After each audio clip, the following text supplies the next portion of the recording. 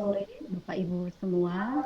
Alhamdulillah, puji syukur kita panjatkan karena berkat rahmat-Nya kita hari ini bisa berkumpul secara virtual dalam rangka silaturahmi Desa Haiketon.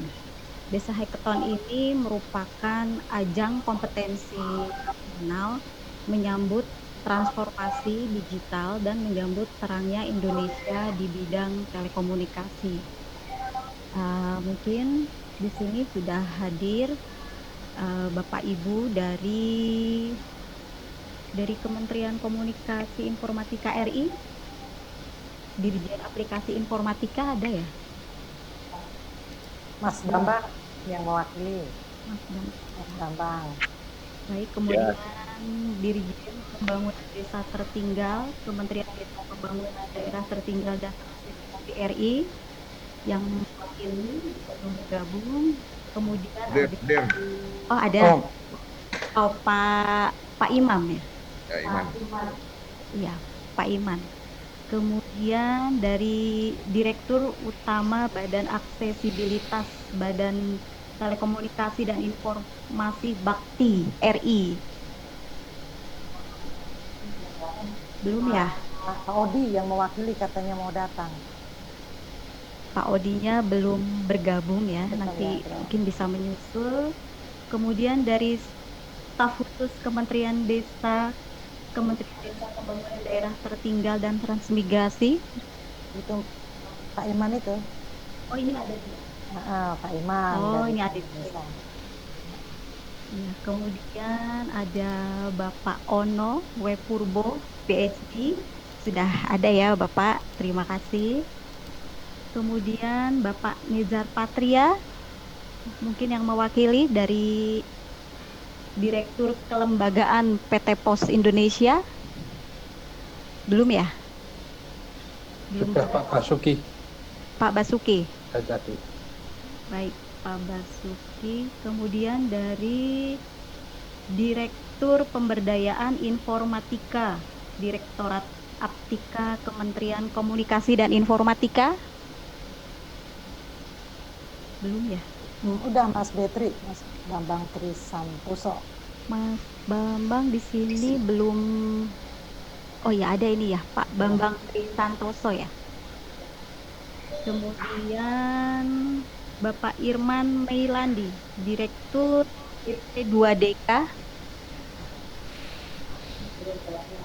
Belum ya. Kemudian ada Bapak Jamal Ida, Ketua Asosiasi Penyelenggara Jasa Internet Indonesia. Belum gabung, katanya lagi di Papua. Susah. Oh, jauh sekali di Papua. Assalamualaikum, selamat sore Pak, Ibu dari PT Pos Indonesia, Bu. Saya Iya, Waalaikumsalam. Selamat bergabung Pak Basuki. Kemudian selanjutnya dari founder katadesa.id, Bapak Yayan Sofia. Ya, sudah bergabung bersama kita. Kemudian Bapak Akbar, founder Sobat Cyber Indonesia. Belum ya, Pak Akbar? Baik, untuk dari Bakti ada Bu Irma kayaknya mewakili Pak Odi barangkali. Bu Irma ya. Pak Satria. Selamat siang. Iya, Nah. mohon izin nanti Kadif kami Pak Haris akan bergabung, cuman beliau masih ada urusan terlebih dahulu. Oh, siap Mbak Irma. Kalau Pak Firman dari mana? Saya dari Kemendes, Pak. Mas Kemendes. Oh, Kemendes ya. Firman dari Kemendes. Bapak Amir Toha. Bakti ya? Oh ya, Bakti ada 2 ya tadi. Siap. Baik, berarti hari ini sudah banyak yang bergabung ya dalam acara silaturahmi kita pada sore hari ini. Untuk memulai paparan dan diskusi kita dalam acara silaturahmi Desa Haiketon ini, mungkin untuk awal mungkin Ibu Aryani Jalal ingin memberikan pengantar dalam acara silaturahmi kita. Silahkan, saya persilahkan kepada Ibu Aryani Jalal. Bismillahirrahmanirrahim. Assalamualaikum warahmatullahi wabarakatuh.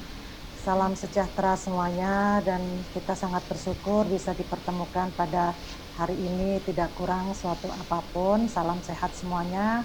Mudah-mudahan masa-masa sulit bisa kita lalui bersama-sama. Izinkan saya memperkenalkan diri. Nama saya Aryani Jalal, yang kebetulan memang saya menjadi salah satu penggerak forum inisiatif Desa Digital. Nah, apa yang menjadi gagasan dari Desa Hackathon ini sebenarnya ada beberapa hal. Satu, dengan adanya masa pandemik ini memaksa kita harus segera bertransformasi digital sesegera mungkin. Bayangan kita masih 3 atau 4 tahun ke depan, namun tiba-tiba semuanya ada di hadapan kita masing-masing.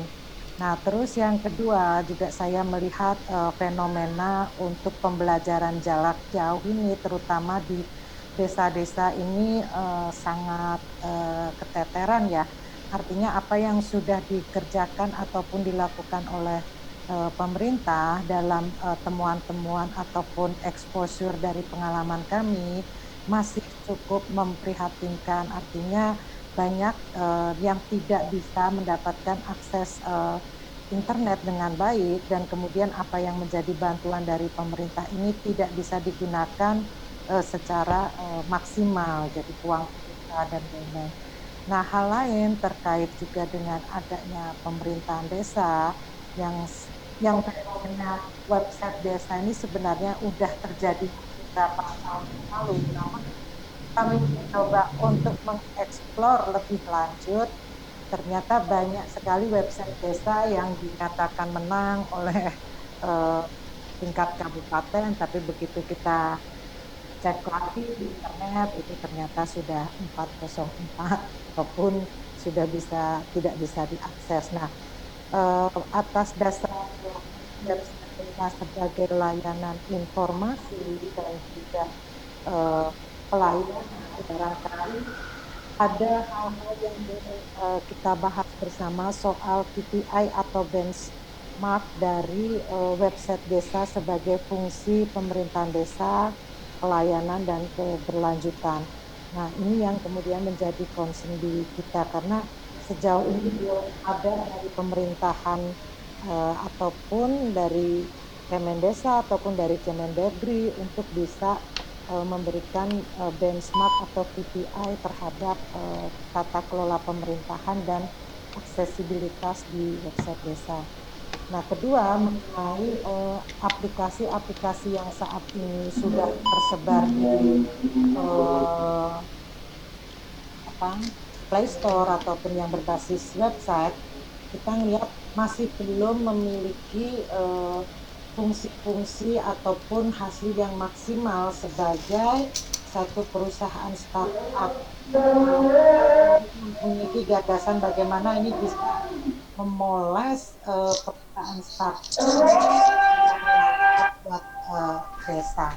Nah, kurang lebih seperti itu ya pengantar dari saya.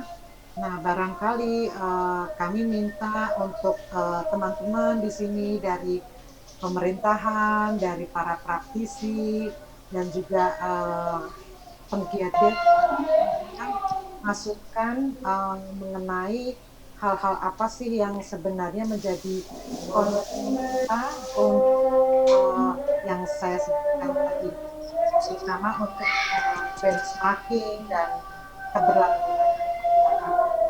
Dari sisi kami sebagai founder forum inisiatif desa digital memiliki komitmen, insya Allah Hackathon Cup pertama ini akan memiliki satu awal, dan harapan kita semuanya ini akan menjadi satu ajang yang berkelanjutan. Jadi tidak hanya sekedar Hackathon Cup 1 selesai, tapi barangkali mungkin nanti sampai ke semampu kita untuk melaksanakan kompetisi dan empowering dari startup-startup yang sudah ada. Itu saja, terima kasih Kak Fitri. Mungkin nanti penjelasannya bisa disampaikan oleh Kak Zulfan ya sebagai ketua dari pelaksanaan acara ini sendiri. Kak Fitri, Ya, baik. nanti habis diskusi, habis ini kita diskusi. Ya, ini lagi di sini lagi ajan sebentar lagi ya, mungkin biar suaranya jelas. Sebentar ya, mohon izin kepada Bapak Ibu. Ya, ya.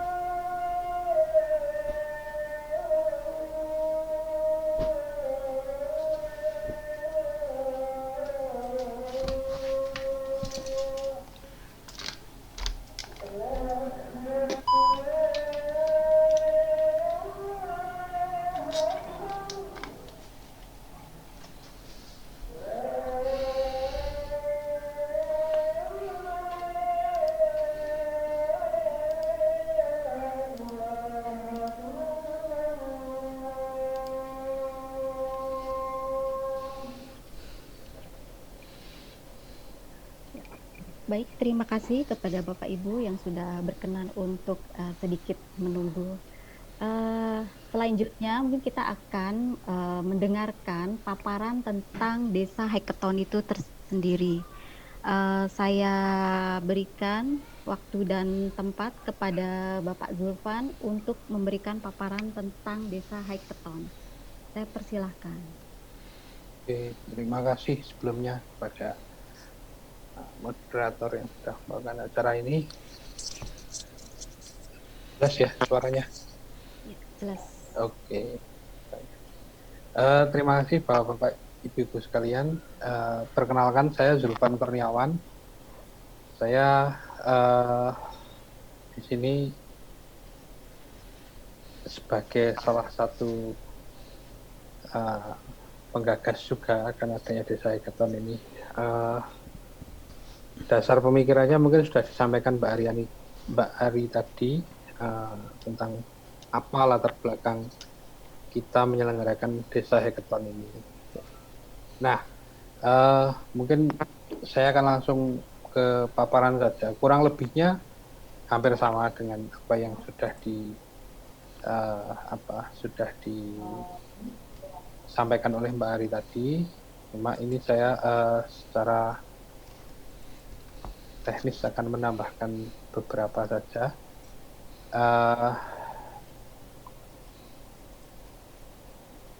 kondisi objektifnya di Indonesia itu ada sekitar 74.953 desa.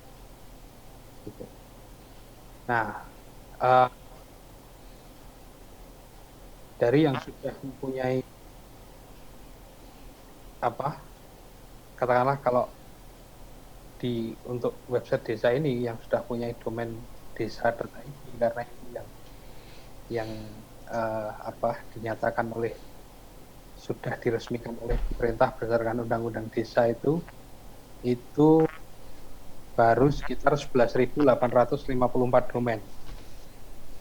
Itu dari 74.954 itu yang punya domain desa.id berdasarkan datanya dari pandi.id itu ada 11.854.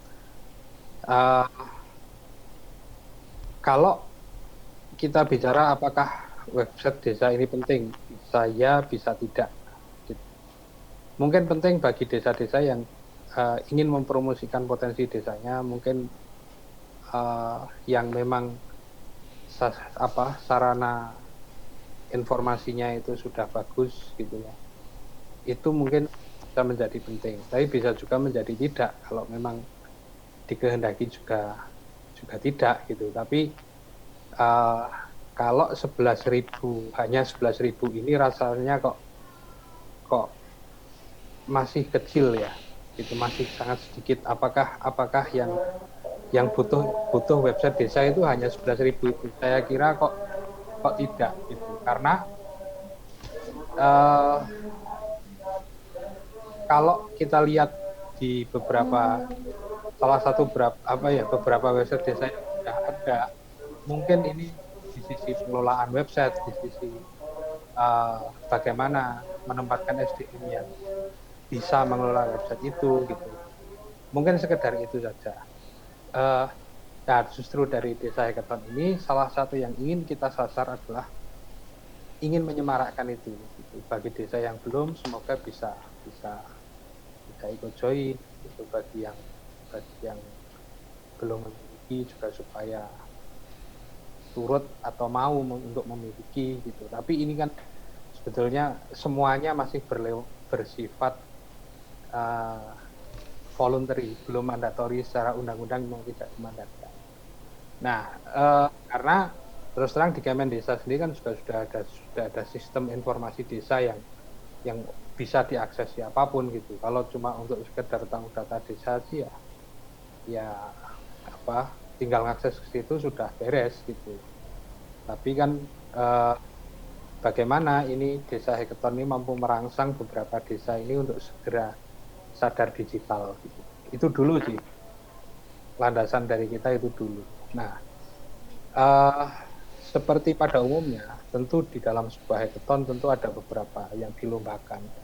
Memang di Desa Hackathon ini ada 3 hal yang ingin dilombakan, yaitu 1 tentang website desa, yang kedua adalah lomba tentang aplikasi, yang ketiga adalah ide tentang aplikasi atau ide yang punya ide memanfaatkan teknologi untuk masyarakat desa.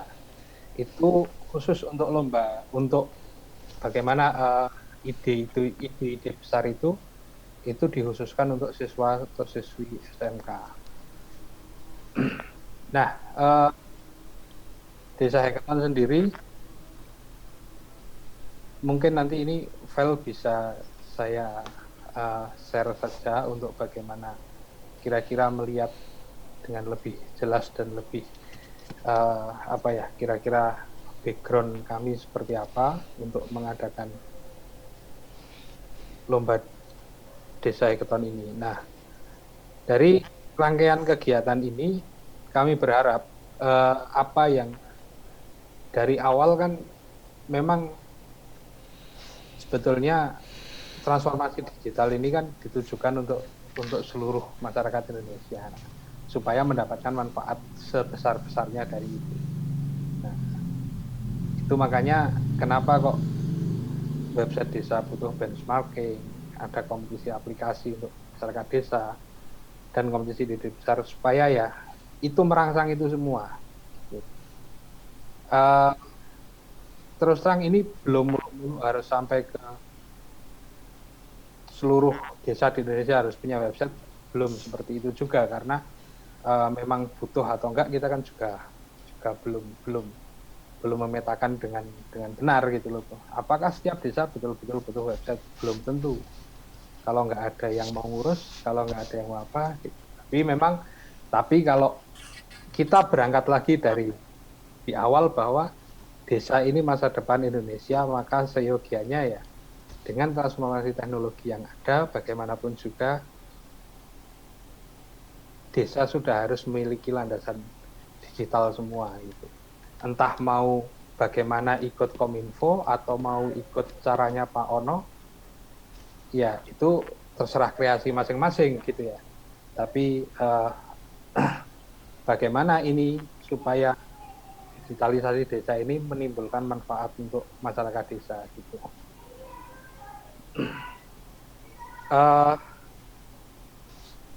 Itu tadi mungkin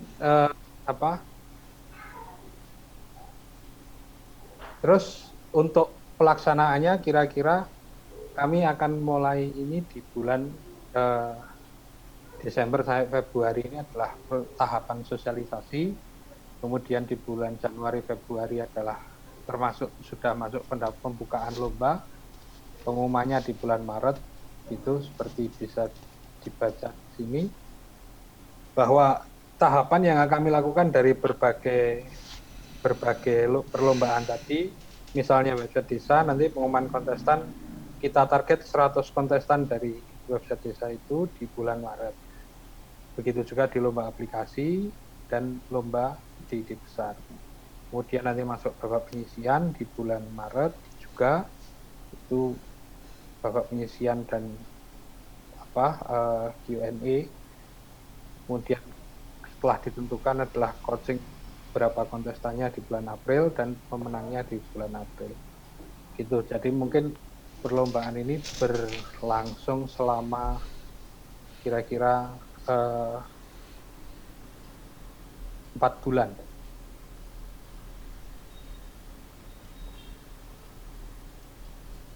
Itu. Dan mungkin karena ini juga baru pertemuan awal gitu ya, maka yang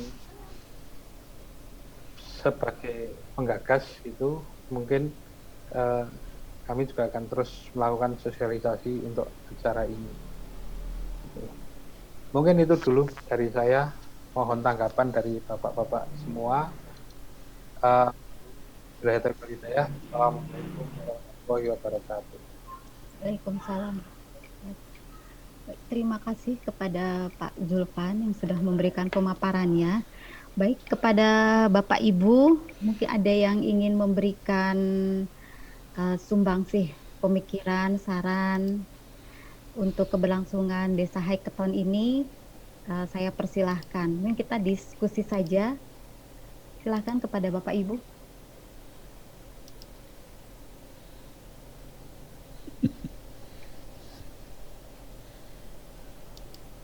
Ibu Aryani mungkin ingin menambahkan?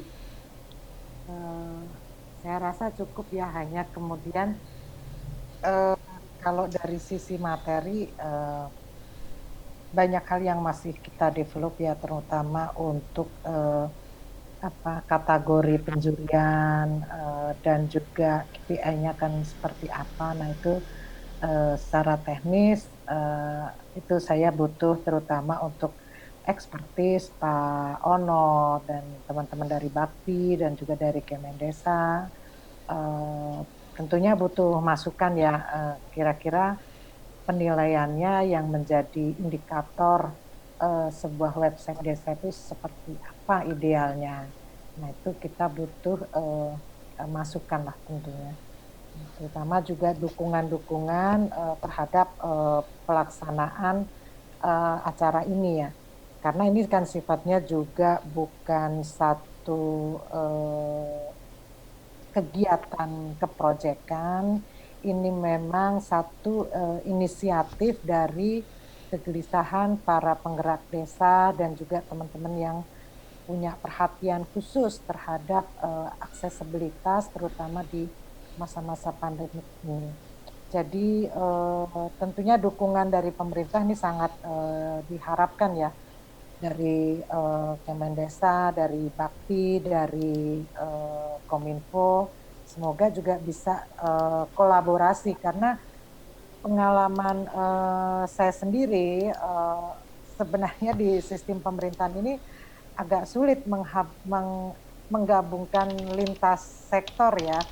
Kalau udah jadi tusinya satu kementerian itu mau bergabung dengan kementerian lain ini belum disatukan, dan ini sebenarnya sudah kayak bawaan juga dari pengalaman saya selama bekerja di kantor staf presiden. Jadi upaya-upaya berkolaborasi dan sinergi ini menjadi upaya pekerjaan semasa ada di sana. Begitu sih harapan kami, karena tanpa dukungan dari gerakan ini ya, gerakan masyarakat ya, partisipasi masyarakat tanpa dukungan dari pemerintah atau empowering ini menjadi kurang maksimal. Itu sih harapan saya, supaya ada dukungan dari berbagai pihak supaya ini bisa terlihat lebih sinergi ya.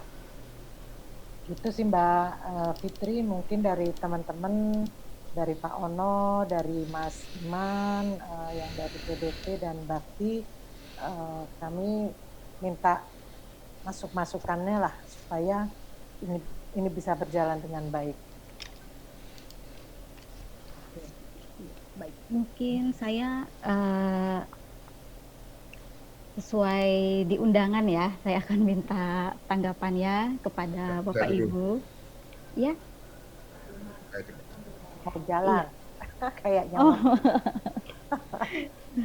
Baik, sudah Pak Iman. Ya. Ya, silakan Pak Iman sebagai dari staf khusus Menteri Kementerian Desa Pembangunan Daerah Tertinggal dan Transmigrasi. Mungkin bisa memberikan masukan, saran, dan lain sebagainya terkait dengan Desa Hackathon ini. Silakan Pak. Oke, terima kasih. Assalamualaikum warahmatullahi wabarakatuh. Waalaikumsalam warahmatullahi wabarakatuh.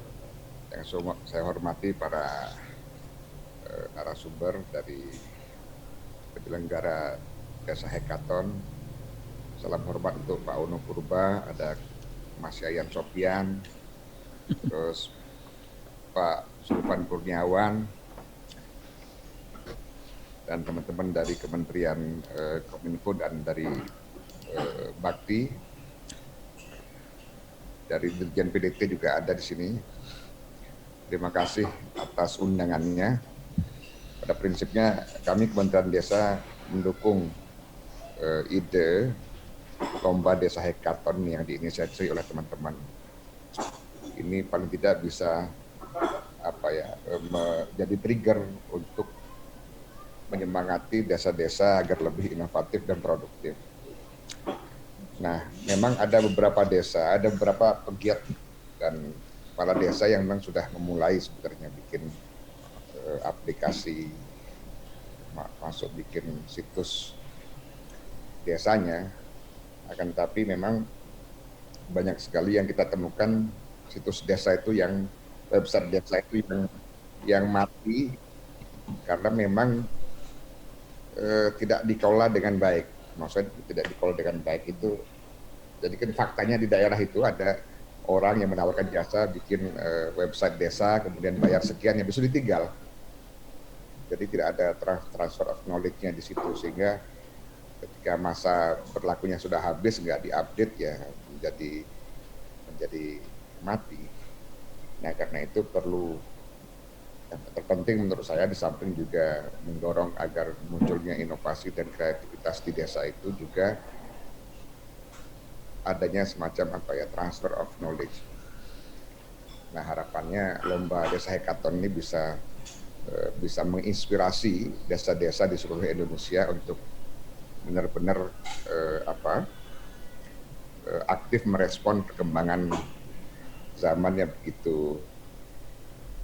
begitu borderless ini, maksud saya begitu. Nah, nanti kapan nanti waktunya nanti bisa ketemu ya Mbak Ari, nanti ketemu, nanti saya langsung hubungkan dengan unit teknis lainnya agar bisa lebih dikonkretkan kerjasamanya. Apa yang menjadi katakanlah support Kementerian Desa untuk lomba itu nanti biar kita bicarakan. Dan harapannya dari Kementerian Desa bahwa lomba ini tidak hanya berhenti di lomba, tapi juga bisa menjadi semacam penyemangat untuk desa-desa maupun masyarakat desa agar benar-benar potensi desanya itu bisa dimunculkan dalam semua platform ya, terutama desanya punya website sendiri begitu. Nah, mungkin itu aja yang perlu saya sampaikan. Prinsipnya kami dari Kementerian Desa mendukung, tinggal mungkin kita perlu ketemu di darat untuk membahas apa yang bisa disupport Kementerian Desa untuk mensukseskan acara itu. Dan harapannya juga kegiatan ini bisa tidak hanya berhenti di sini, tapi juga bisa sifatnya berkelanjutan agar agar misi kita untuk mengedukasi dan memberikan inspirasi bagi desa-desa itu sukses, dan itu butuh waktu tentunya.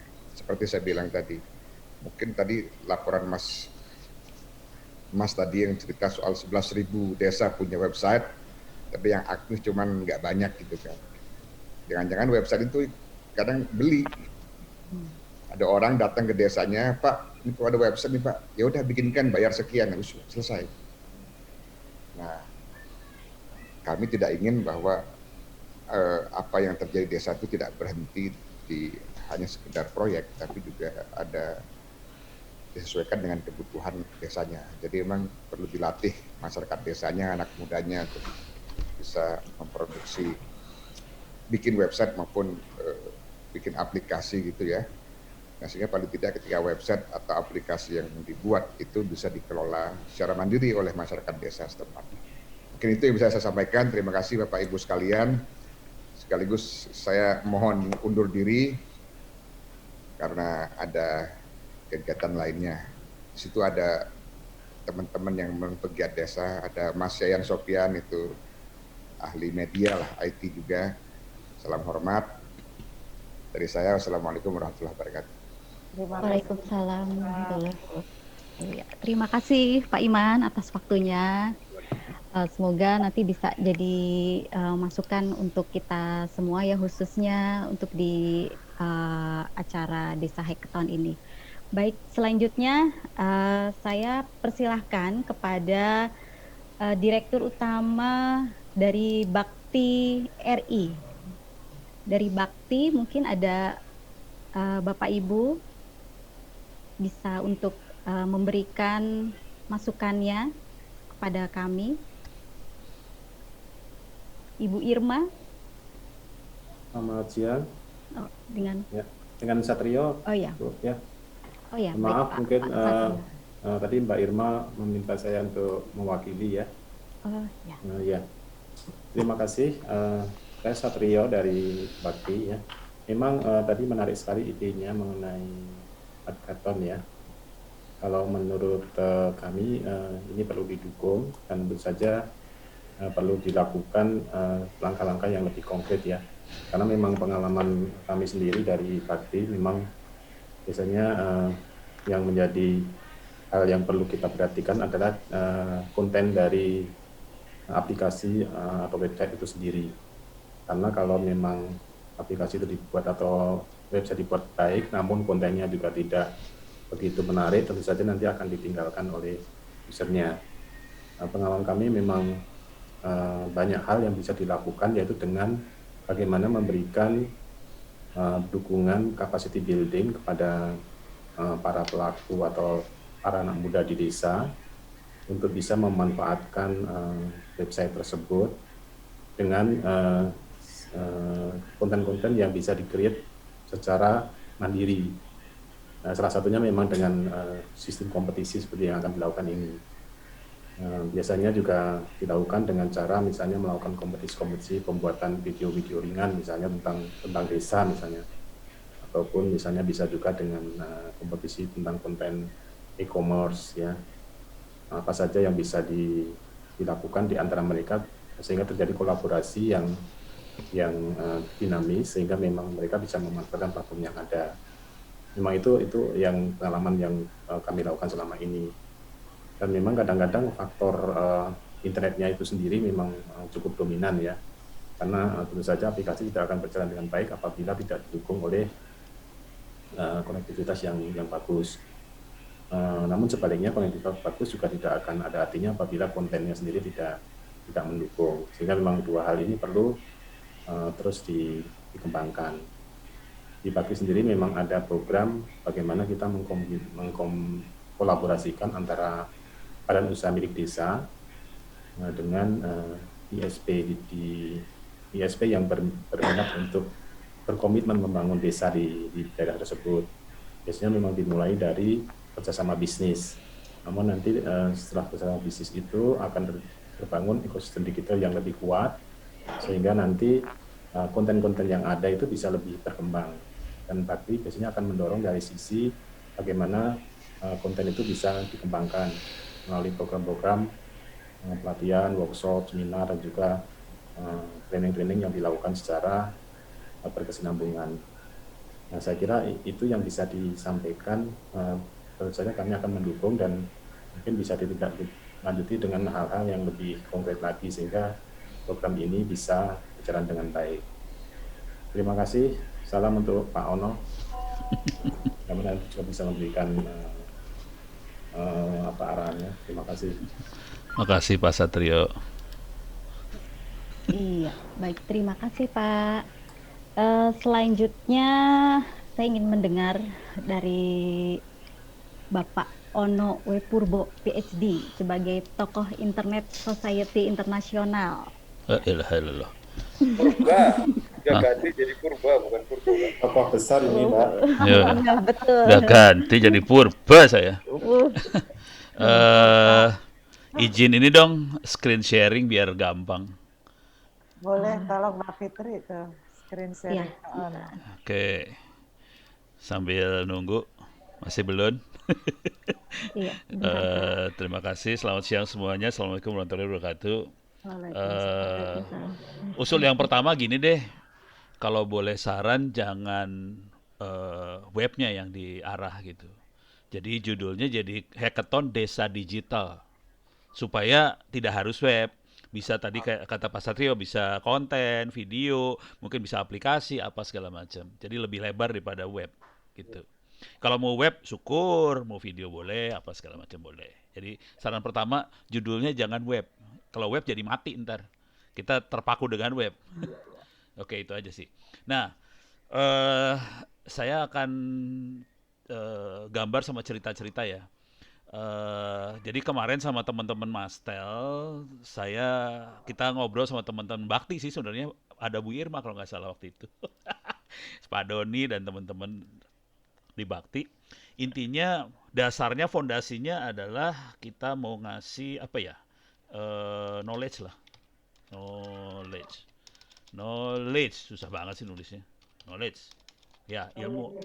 Ya, ilmu apa-apa. Jadi ini dalam proses nego supaya kita bisa ngasih pengetahuan ke desa. Kira-kira gitu yang ada di kepala kita. Jadi bentuknya bisa e-learning, bisa apa sih namanya?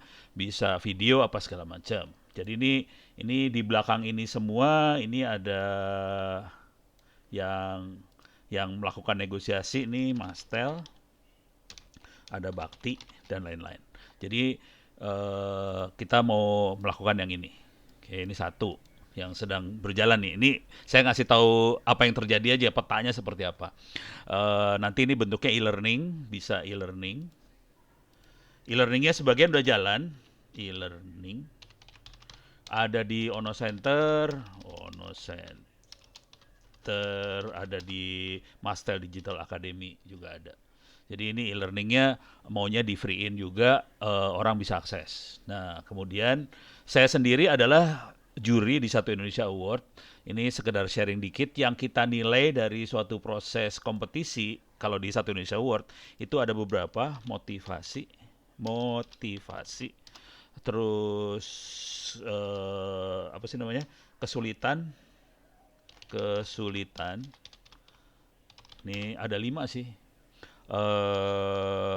Outcome, outreach, sustainable. Oke. Jadi saran aja nanti kalau emang mau nilai, ini yang kita pakai kebetulan di Satu Indonesia Award. Kalau mau dipakai syukur, mau diambil berapa juga boleh, nggak apa-apa. Tapi ini kan nilai, tapi bentuknya kalau saya sarannya sih bebas supaya kita bisa lebih fleksibel. Nah, terus yang ada di kepala saya kira-kira gini sebenarnya. Ini ada 3 sektor yang kena nih langsung di desa tuh, ada 3. Bentuknya tidak harus web ya, tapi ya ada 3 langsung yang kena. Satu urusannya birokrasi desa lah, birokrasi desa. Dan ini seringkali bentuknya jadi web, tapi tidak harus web sebetulnya. Yang kedua adalah usaha. Tadi Pak Satrio nyebut e-commerce dan sebagainya. Yang ketiga adalah pendidikan. 3 makhluk ini yang kena banget di desa. Mungkin ini bisa jadi berbentuk kategori. Oke, ini ada hackathon, kategori urusan pamong-pamong desa. Ini kategorinya yang usaha e-commerce segala macam, ini pendidikan. Nanti ini penilaiannya bisa masuk ke, jadi ada 3 juara sih sebenarnya. Nah, cuman kalau saya ngelihatnya kayak gini, saya pengennya kalau kita langsung berbentuk pertandingan, proses pendidikannya jadi cetek, jadi sempit banget. Paling yang kalau saya berharapnya Bu Aryani dan teman-teman bisa melakukan proses pendidikan dari hackathon ini. Jadi ceritanya gini. Apa yang kita dapat dari hackathon ini hackathon, ini didokumentasikan, dimasukkan ke sini lagi, bentuknya dokumentasi bahwa desa ini bisa loh. Jadi bikin kayak peer pressure antar desa, bentuknya dokumentasi, masuk ke dalam knowledge ini, dan knowledge ini nanti dilempar lagi ke orang-orang desa itu. Jadi ini ada desanya lagi. Desa. Oke. Nanti yang terbaik akan keluar di hackathon ini. Cuman karena ada bakti di sini, saya usulnya gini, lebih gila lagi. Jadi ada siklus sih sebenarnya di sini. Ada siklus proses pembelajaran. Selama ini mungkin teman-teman mikirnya di hackathonnya doang. Kalau saya cenderungnya mikirnya di knowledge-nya ini. Soalnya kalau hanya hackathon, kita cuma dapat juara. Tapi kalau kita bisa sirkulasi, dokumentasi segala macam itu, kita bisa minterin orang desa itu. Cuman orang desa itu kan harus ditantang sedikit ya, supaya mereka gerak dan sebagainya. Nah, kalau saya cenderung mikirnya adalah teman-teman bakti bisa ngasih insentif dari sisi contoh sederhana gini ya. Kalau Anda juara, saya bisa kasih insentif apa gitu. Di sini ada, kurang gede. Ya, insentif lah maksudnya. Di sini ada insentif. Insentif. Itu dari bakti dan atau sponsor atau apa. Nah, ini yang juaranya bisa ada insentif ini supaya mereka tetap berjuang untuk dapat itu. Kalau saya lebih sadis sih sebenarnya. Saya sebenarnya nggak pakai gini, nggak pakai proses ini. Saya pengennya desanya bikin proposal sih sebenarnya. Jadi bentuknya proposal. Nanti kita dalam proposal akan harus dieksplisitkan kemampuan dia seperti apa. Jadi di e-learning segala macam itu ada penilaian. Dari penilaian itu kita bisa ngelihat, kesiapannya seperti apa. Mereka yang terbaik mungkin bisa dapat insentif. Jadi insentifnya bisa macam-macam nantinya. Nah, saya kasih contoh real yang terjadi, dan ini akan dilakukan tahun depan 2021 sih sama teman-teman Diknas. Yang kita lakukan adalah di dunia pendidikan. Jujur, sinyal kagak ada di daerah, kayak di Papua hanya 1/3 dari kabupaten yang dapat sinyal, 2/3-nya nggak ada sinyal. Mereka teriak, mereka cari solusi, akhirnya solusinya sederhana. Dan kalau kita lihat nanti di birokrasi desa, usaha segala macam, sebetulnya terutama di pendidikan mungkin hampir 100% komunikasinya lokal. Usaha mungkin komunikasi keluarnya lebih banyak, mungkin 50% banyak keluar. Tapi kalau birokrasi desa untuk pelayanan mungkin 80%-an, 70-80% dari traffic sebetulnya lokal. 70-80% traffic lokal. Nggak perlu sampai Jakarta trafficnya. Jadi sebetulnya kita bisa bikin intranet aja untuk ini semua, tidak harus sampai internet. Konsekuensinya intranet lebih gampang, lebih murah, dan bisa dilakukan sendiri sama orang desanya. Kira-kira gitu logikanya. Jadi saya akan mengevaluasi berapa yang lokalnya. Ini estimasi doang ya, estimasi Ono doang. Kalau pendidikan kemungkinan besar kita banyak lokalnya. Yang ke Jakarta hampir nggak ada, paling buat laporan nilai segala macam. Tapi sebagian besar lokal, buat Zoom segala macam kita bisa bikin lokal. Ini lokal, sebagian. Birokrasi desa, layanan desa sebagian lokal. Konsekuensinya kita bisa bikin server lokal. Khusus buat pendidikan yang kemarin kita mulai kerjakan adalah kita pakai ini, Moodle Box. Ini free dan sudah saya pakai. Ini pakai Moodle buat e-learning. Bisa softwarenya bisa di-download kalau mau di-download, bikin sendiri juga bisa kalau mau, tapi servernya seperti ini. Berapakah harga servernya? Harga servernya bisa dicari di Bukalapak. Dan ini jalan beneran sama teman-teman Pusdatin, namanya Raspberry Pi. Oke. Harganya kalau lengkap sama charger segala macam sekitar 1 juta. Itu server. Dan ini chargernya charger handphone. Konsekuensinya server ini bisa dijalankan pakai power bank. Jadi bisa sampai kayak gitu servernya, bisa separah itu sih sebenarnya. Oke. Jadi sangat murah banget, softwarenya semuanya free.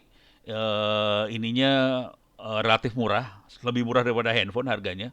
Dan kemudian untuk bisa nyebarin ke desa itu nggak susah. Ini karena targetnya SD ya, SD SMP sih sebenarnya.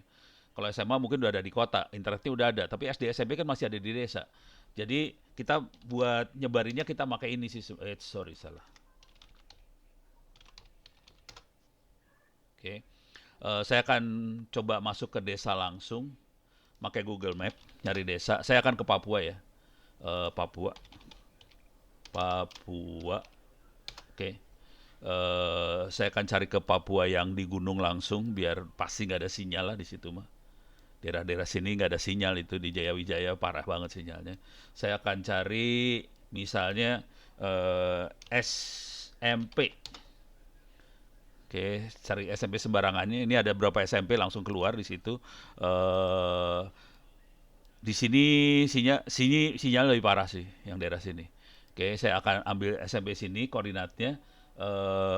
Klik kanan, saya akan dapat koordinat ini, saya ambil, saya pindahin linknya ke, sorry salah, ini harus dikecilin dulu dikit baru bisa saya klik di sininya, allow. Oke, saya pindah ke lokasi itu. Ini kita pindah ke lokasi itu. Nah, kalau mau ngelihat kondisi realnya, kita bisa lihat mapnya. Nah, ini kondisi realnya. Ini SMP-nya di tengah hutan banget apa gimana sih? Ya. Parah SMP, kayaknya salah nih koordinatnya. Ya udah, misalnya SMP-nya di situ, tapi desanya ada di sini soalnya. Saya pindahin ya ke sini. Ini kayaknya hutan banget nih, bohong banget nih. Kok nggak kelihatan kayak ada SMP di sini ya? Ya, misalnya salah satu ini jadi SMP misalnya. Saya akan bikin jaringan point to multi point, gampang banget sih sebenarnya. Dan saya akan ganti radionya pakai radio yang lebih murah, frekuensinya boleh di 2,4 GHz, dan kebetulan Kominfo udah membebaskan frekuensi ini. Jangan most popular, saya akan pakai bulat aja biar lebih murah. Harganya 1,5 juta sih radionya, dan ini langsung bisa cover seluruh desa nih. Saya bisa zoom out. Nah ini langsung seluruh desanya kena gitu. Ketinggian towernya 12 meter, radionya harganya 1,5 juta, 12 meter tuh sekitar 1,5 kali 3. Jadi sekitar 5 jutaan, tambahin radionya. Tapi teman-teman sih pada pakai ini sih, pada pakai pohon sih sebenarnya. pada gelo. Jadi kita bisa bikin dengan yang murah seperti ini sebetulnya. Dan kita tidak perlu internet untuk ini semua. Poinnya itu sih sebenarnya. Kita bisa bikin jaringan intranet desa, tidak perlu internet, tidak perlu melanggar hukum apa-apa, tidak perlu izin menteri karena kita bikin intranet hanya untuk desa itu aja. Kemudian Raspberry-nya, servernya harganya cuma 1 jutaan. Jadi murah banget dan kita akan mulai memperkenalkannya 2021 besok. Saya udah koordinasi cukup intens sama teman-teman di Diknas. Jadi kita akan deploy ini sih sebenarnya. Jadi ini serius gitu. Cuman masalah paling besarnya bukan di hardware. Masalah paling besarnya di sini, di ilmunya. Jadi kalau mau jujur, saya cenderung akan lebih fokus ke ilmunya, supaya semua orang desa itu tahu tekniknya semua, supaya semua orang desa itu percaya bahwa ini bisa dideploy.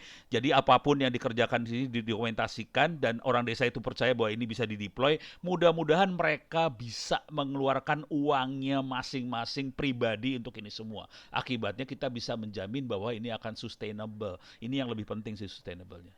Gitu ceritanya. Sorry, saya ngambil waktu terlalu banyak. Kira-kira itu ide gedenya. Pakai gambar doang ya gue kerjanya ya. Ya. Jelas Pak. Saya kembali. Mantap Pak, mantap. Saya kembali. Tapi ini konsepnya banyak dikerjain, bukan hanya sekedar hackathon ya. Bukan hanya sekedar hackathon. Objektif terakhirnya ini jadi platform buat desa belajar sih sebenarnya. Yang namanya hackathon cuma buat trigger aja, cuman kita harus kasih fondasi, backbone-nya, fondasinya supaya teman-teman bisa terus belajar. Harapan saya itu, kalau hackathon doang kan kita nyari yang terbaik doang, tapi desanya tetap nggak belajar gitu. Itu aja dari saya barangkali. Silakan Bu, ibu-ibu, saya kembalikan. Iya baik Pak, terima kasih. Sangat jelas sekali tadi paparannya, sangat berguna. Baik, selanjutnya dari Dirjen PDT, kami persilahkan. Terima kasih. Saya moderatornya ditulisnya Bumi Galuh, jadi saya nggak hafal. Ibu siapa nih? Saya Fitri. Oke, terima kasih Mbak Fitri. Assalamualaikum warahmatullahi wabarakatuh. Ya, jadi kalau kan nggak mungkin namanya Bumi Galuh Makmur gitu kan? Kayaknya subur banget gitu ya. Jadi terima kasih. Sorry saya ada undangan dan saya sempat dengar beberapa termasuk dari Pak Ono. Terus terang saya menjelaskan sebenarnya harapan saya sangat besar terhadap hackathon ini. Jadi saya setuju dengan Pak Ono. Seringkali kita terjebak bahwa kalau digitalisasi itu web gitu ya. Jadi memang kayaknya disederhanakan gitu kan. Terus terang saya pernah mengikuti hackathon yang dilakukan oleh Warung Pintar waktu itu di Banyuwangi. Saya datang juga, saya ngikutin gitu kan. Mereka bikin aplikasi 1 kali 24 jam gitu kan. Mereka nggak tidur gitu kan. Tidurnya disiapin tenda, tapi satu tim 5 orang. Saya cerita dulu isu desa, karena kita bicara hackathon desa, bahkan Pak Ono tadi usul desa digital. Sebenarnya saya mau cerita isu desa. Jadi kami harapkan hackathon ini mampu menyelesaikan persoalan-persoalan desa secara teknologi atau secara digital. Jadi saya mesti ceritakan dulu.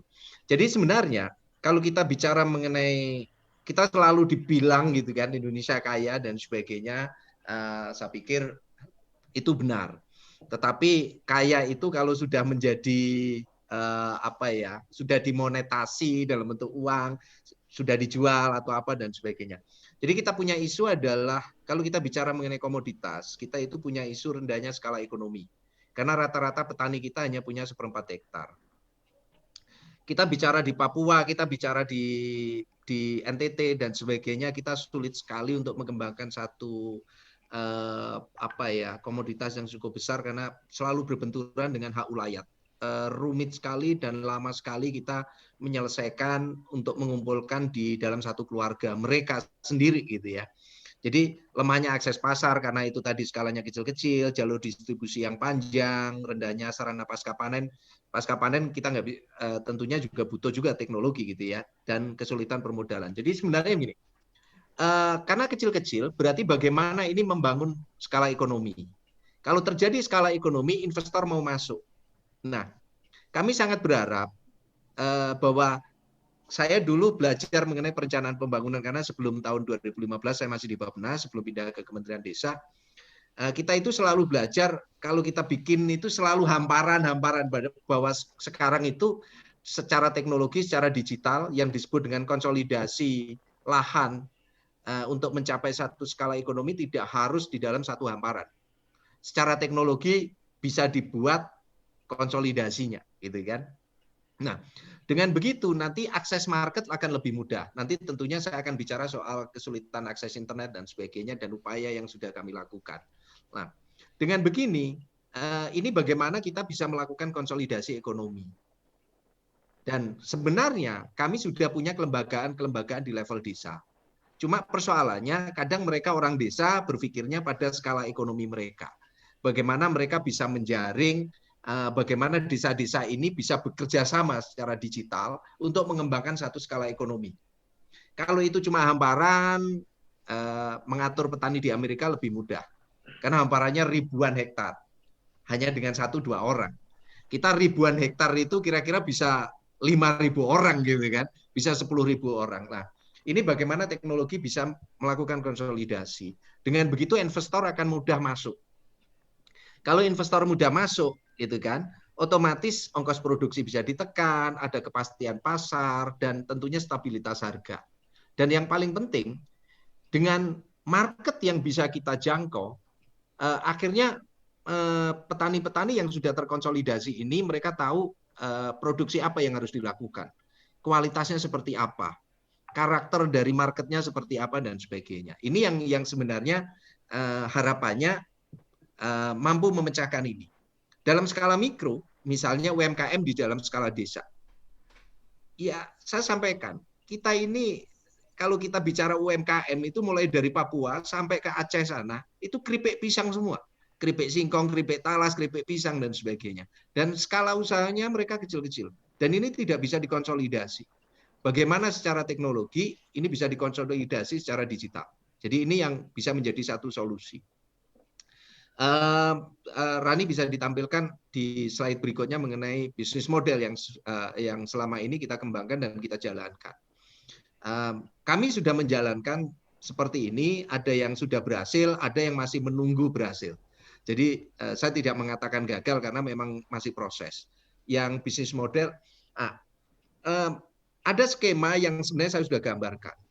Dan ini terjadi. Jadi sebelah kanan itu adalah market, macam-macam, baik itu melalui marketplace, gitu kan, offline, warung, hotel, ataupun industri, gitu kan, ataupun pasar Indo, ekspor dan sebagainya. Mereka selalu mengeluh mereka nggak bisa mengakuisisi petani secara langsung. Karena kebab, tengkulak, pemain macam-macam tengkulak itu tidak satu, bisa 1, 2, 3, 4, 5 tengkulak gitu ya. Rantainya sangat panjang, orang yang mesti bermain juga cukup panjang. Di sebelah kiri petani-petani kecil-kecil gitu kan. Dan mereka juga mengeluh tidak bisa mengenal market. Mereka hanya kenal 2-3 tengkulak. Bahkan nggak sampai 3 gitu kan, 1 atau 2. Jadi laku tidak laku mereka jualnya cuma ya ke itu juga gitu kan. Karena dia sudah ngutang pupuk macam-macam dan sebagainya. Terus terang saya selalu mendorong gitu kan. Saya mempelajari banyak mengenai fintech dan selalu mendorong dan jarang sekali fintech mau ke Indonesia Timur. Mereka rata-rata masih tidak terlalu berani ambil risiko, mereka ambil di Jawa aja gitu kan. Marketnya yang masih sangat besar. Nah, bagaimana badan usaha milik desa ini mampu mengkonsolidasi komoditas-komoditas ini gitu kan. Dan ini bisa didigitalisasi. Ini bisa didigitalisasi. Saya sudah bekerja dengan banyak teman-teman startup, mungkin hampir 60-70 startup yang macam-macam, mereka yang teknologi base, teknologi banget, ada yang mereka sudah mulai real, konsolidasi produksi gitu kan secara digital dan sebagainya, dan menghubungkan dengan off-taker. Jadi saya mencoba sejak awal 2018, mulai dari bikin toko online desa di belanja.com gitu ya, dan belanja.com lambat, lelet, akhirnya saya tinggal gitu kan, dan akhirnya tutup gitu kan. Saya sendiri juga nggak sabaran ini dengan belanja.com. Saya bikin toko online kabupaten, toko online desa di Shopee, Bukalapak, Tokopedia, saya cobain semuanya.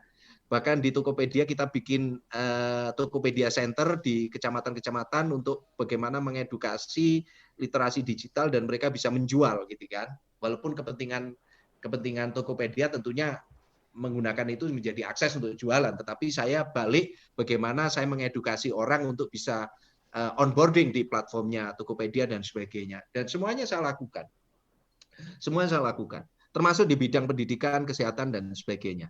Jadi termasuk yang tadi disampaikan Pak Ono mengenai pendidikan, saya sudah mencoba waktu itu 2017 kalau nggak salah, saya membuat begini. Saya sejak karir saya di pegawai negeri, saya bekerja di Indonesia Timur. Jadi saya mengalami betul kesulitan-kesulitan mereka. Dan saya mencoba mencari terobosan pada saat itu.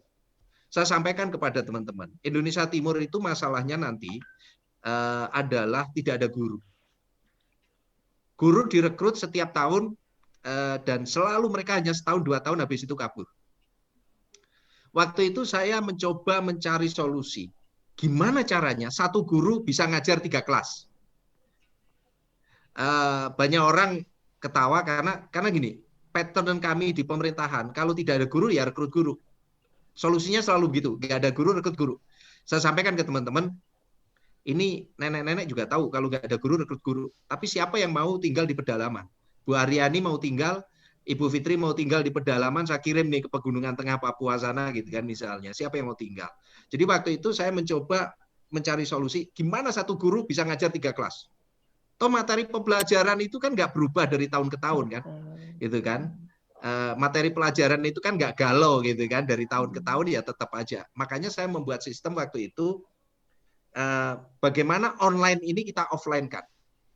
Prinsipnya hampir sama dengan Raspberry, tapi skalanya kecil. Skalanya di level 1 sekolahan. Jadi saya tidak kenal teknologi seperti Pak Ono tadi.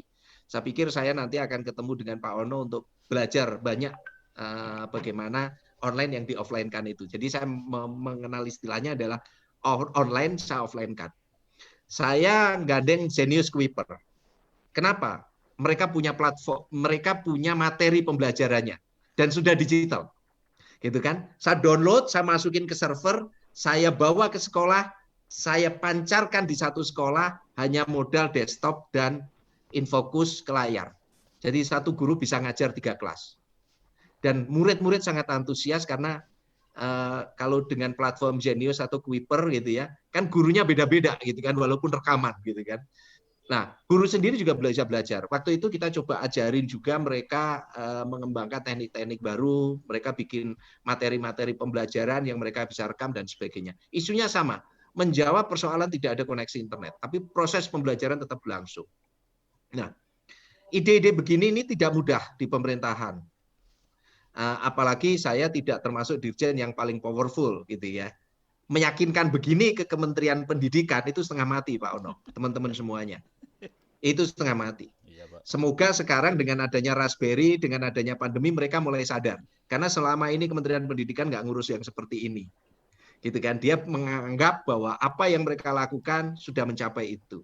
Jadi semoga pandemi ini membuat teman-teman di Kementerian Pendidikan sadar bahwa masih banyak SD-SD yang nggak bisa dijangkau.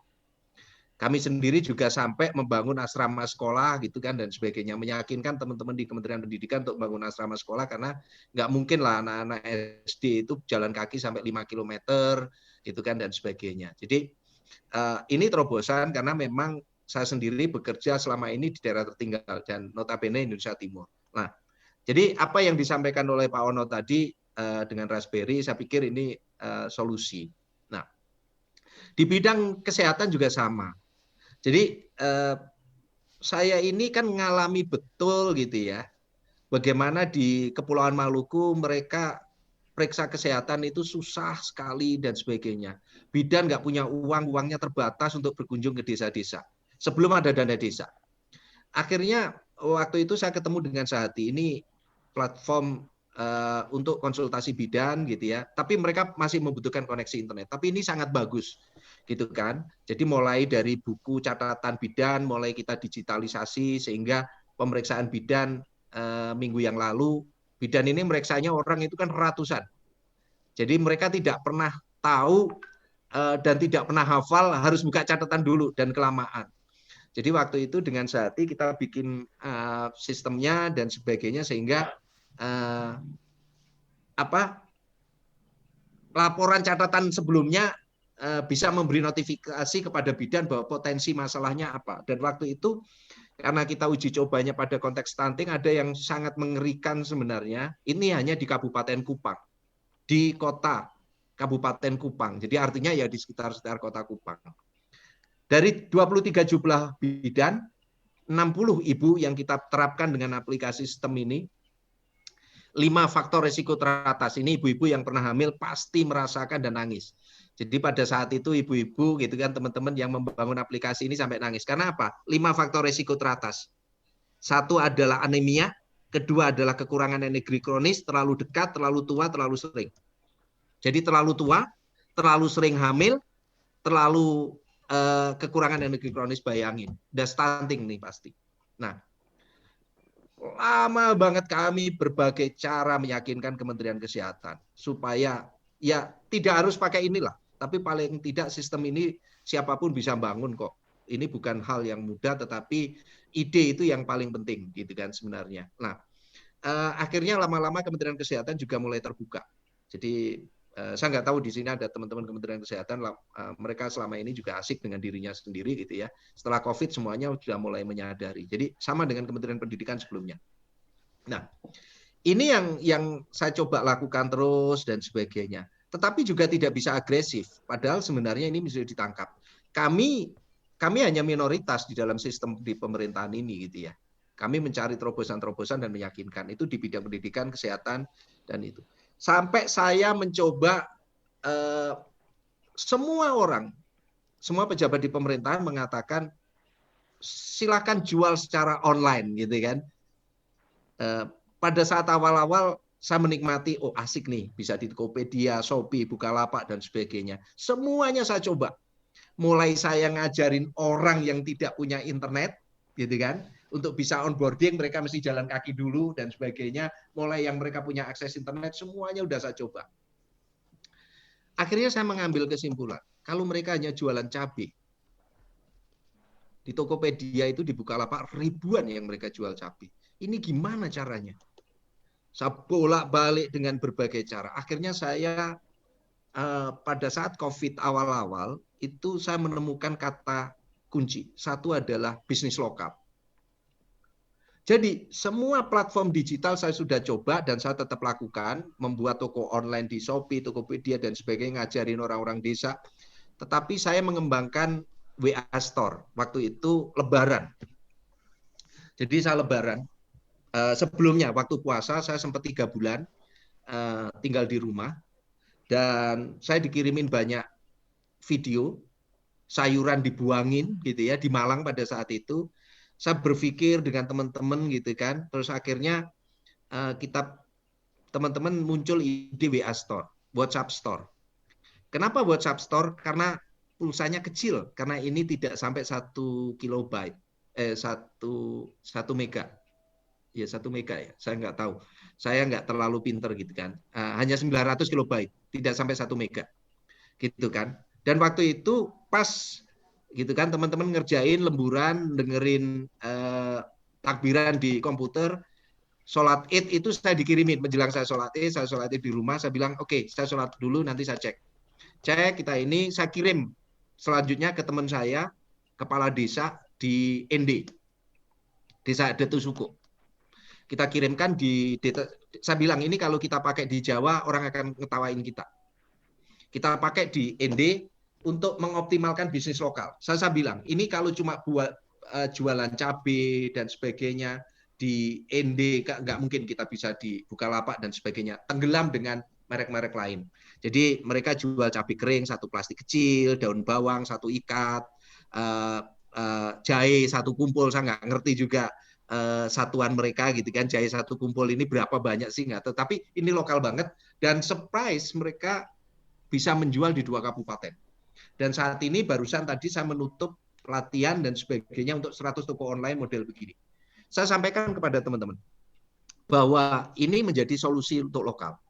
Supaya mereka literasi digital mereka lebih bagus, mereka siap sehingga nanti siap untuk bersaing di marketplace besar Tokopedia, Shopee dan Bukalapak. Di sana tidak ada pemihakan gitu ya. Teman-teman harus fight dan harus fit betul untuk bisa bersaing di sana. Kami persiapkan di level ini. Dan ini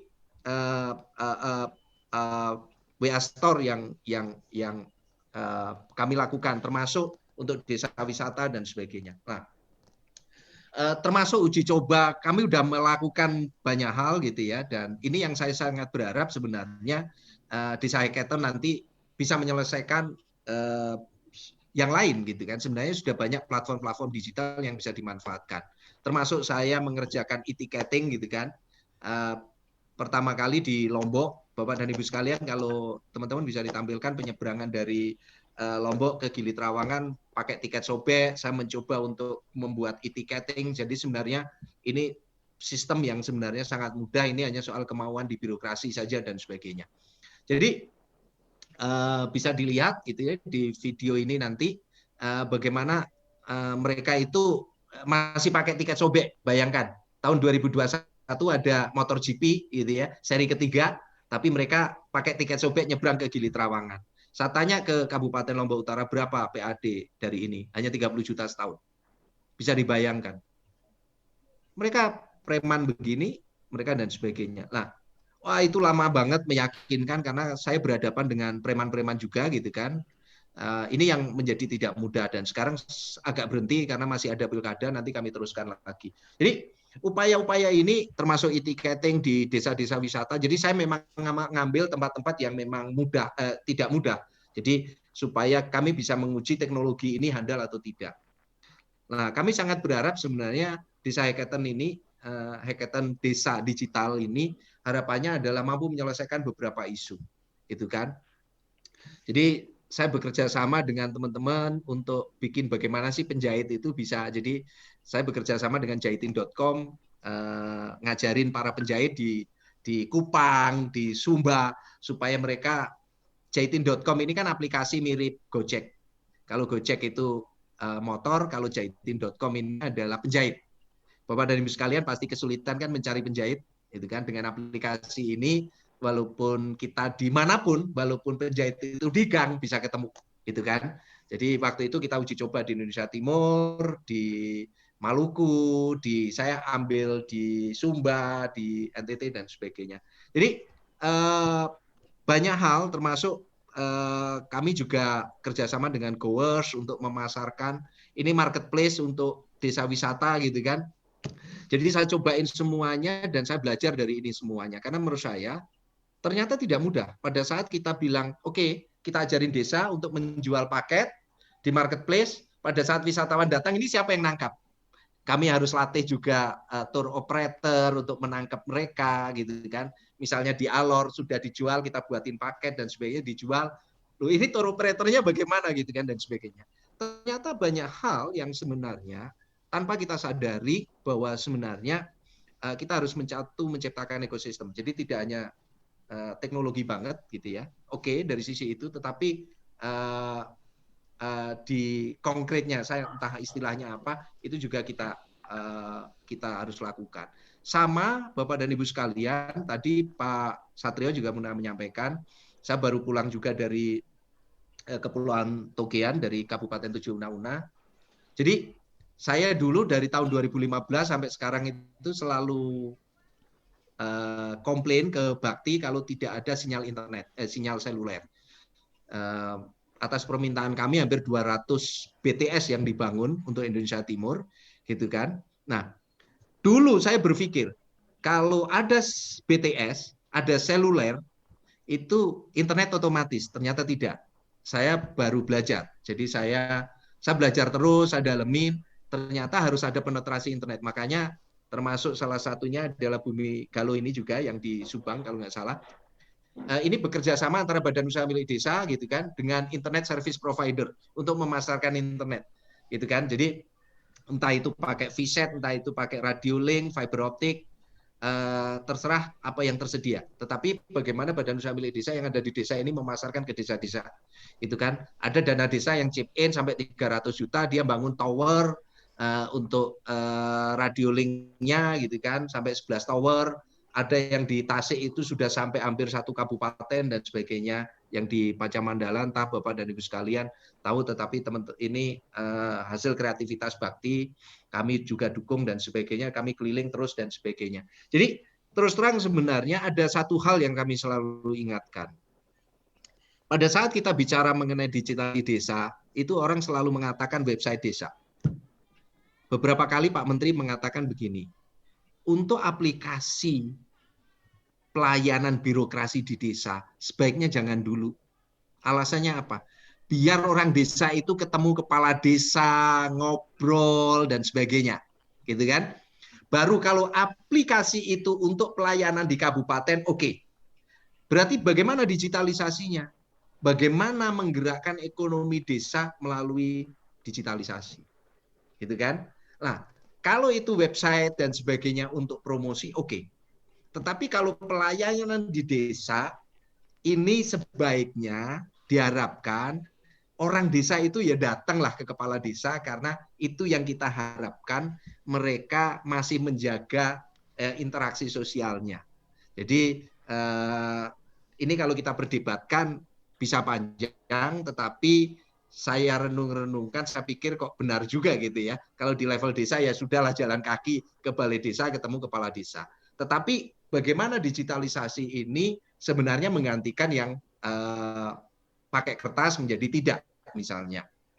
Atau pelayanan yang ke kabupaten. Jadi saya sudah coba banyak aplikasi dan sebagainya gitu kan, termasuk marketplace yang tanggal 12 besok ini akan launching juga, Live In gitu ya. Itu marketplace untuk desa-desa wisata dan sebagainya. Bahwa ini hanya tools gitu kan. Teknologi ini hanya tools. Kuncinya adalah orang desa bisa jualan atau tidak. Harapannya tools ini mempermudah orang desa jualan. Tetapi tools ini bukan satu-satunya untuk mereka jualan, karena pengalaman kami ternyata tidak serta-merta yang tadinya offline otomatis akan shifting ke online. Jadi saya rasa itu yang saya sampaikan ke Bapak dan Ibu sekalian. Jadi semoga nanti tim yang mau mewujudkan hackathon desa ini tahu dulu kondisi desa yang sebenarnya, sehingga nanti isu-isunya bisa diselesaikan dengan teknologi. Saya rasa itu yang saya sampaikan. Sorry saya ngomong banyak, tetapi paling tidak jangan sampai nanti mengulang-ulang dari yang ada. Jadi bagaimana aplikasi yang existing ini bisa disempurnakan lebih baik dan sebagainya. Bahkan saya masih punya satu yang belum terwujud. Saya kerjasama dengan Frogs, pabrik drone di Jogja. Bagaimana ngirim darah di pedalaman-pedalaman itu dengan drone gitu ya. Rencana aksinya, rancangannya semuanya udah selesai, tinggal tahun 2021 kami coba wujudkan gitu ya. Ada beberapa gitu yang kami pengen lakukan juga gitu ya. Jadi kami berharap di tahun 2021 kami bisa kirim drone, udah uji coba juga di Sangihe untuk ngangkut tuna. Ini 200 km gitu ya di Sangihe juga dengan drone. Terus ini yang kami coba, tapi yang pertama kali idenya adalah darah sebenarnya waktu itu untuk kita coba gitu ya, supaya kita punya solusi untuk daerah-daerah yang cukup remote tetapi pelayanan kesehatannya tetap. Bahkan kami sebenarnya dengan Indonesia Mapping Community kami melakukan pemetaan, sudah ada sekitar 100 desa lebih saat ini melakukan pemetaan desa dengan drone gitu ya.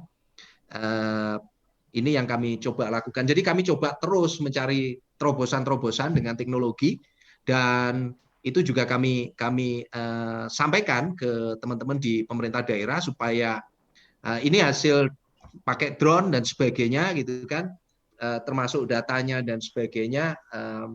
Ini kita latihkan ke teman-teman Pemda supaya drone-nya tidak hanya untuk foto-foto aja gitu kan, untuk selfie pakai drone, tetapi untuk memetakan gitu kan, dan ternyata bisa. Jadi artinya ini menghemat waktu. Saya rasa itu Bapak dan Ibu sekalian, mohon maaf kalau waktunya panjang, dan ini kesempatan yang saya sampaikan supaya menjadi masukan untuk hackathon desa ke depan. Terima kasih. Baik, terima kasih Pak. Terima kasih, Selanjutnya Kita akan mendengar masukan dari Bapak Bambang Trisantoso dari Direktorat Aptika, Kementerian Komunikasi dan Informatika. Silakan Pak Bambang. Iya Mbak, mohon maaf. Iya, kalau dari sisi kami tentunya mendukung aja kegiatan hackathon desa ini. Seperti yang kita tahu, semua memang sudah berkolaborasi untuk membuat ekosistem bagaimana kita memajukan desa ya. Kami dari dulu sudah tergabung di Gerakan Desa Bangun, kemudian di grup-grup WhatsApp kami juga ada yang grup WhatsApp komentator web desa, ada DDM segala macam.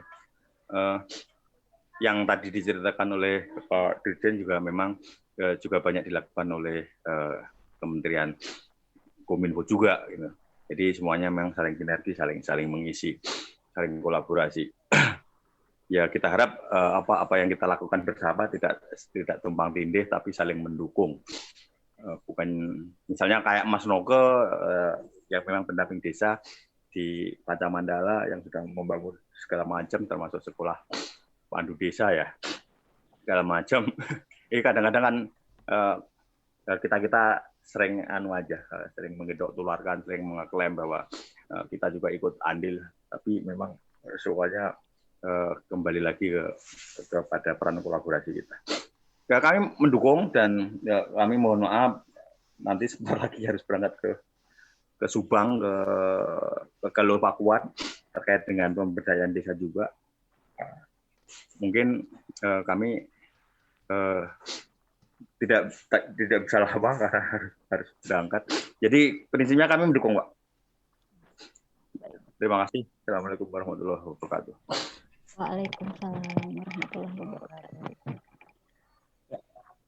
Baik, selanjutnya dari Kelembagaan PT Pos Indonesia. Di sini ada Pak siapa ini? Pak Basuki lagi ya? Ya, Pak Basuki dari Pos Indonesia. Mungkin Bapak bagaimana pendapatnya tentang Desa Hackathon ini dan masukannya seperti apa mungkin dari PT Pos Indonesia sendiri. Silakan Pak.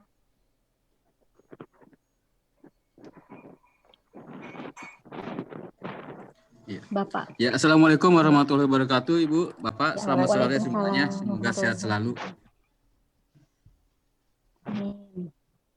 Kami Bu dari PT Pos Indonesia prinsipnya mengikuti apa yang disampaikan oleh teman-teman dari Kementerian Pedesaan, Kementerian Kominfo dan juga pakar-pakar yang ada di sini gitu kan.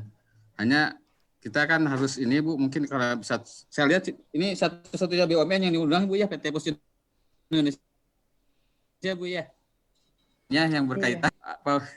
Karena ada di desa banyak banget PT Pos, Pak.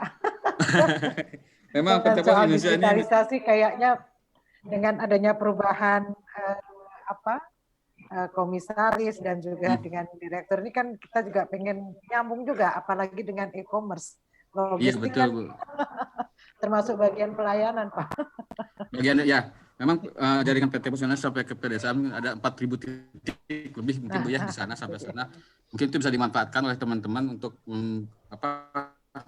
kantor pos yang ada di sana juga Bu. Saya yakin bisa itu. Kita nunggu aja Bu.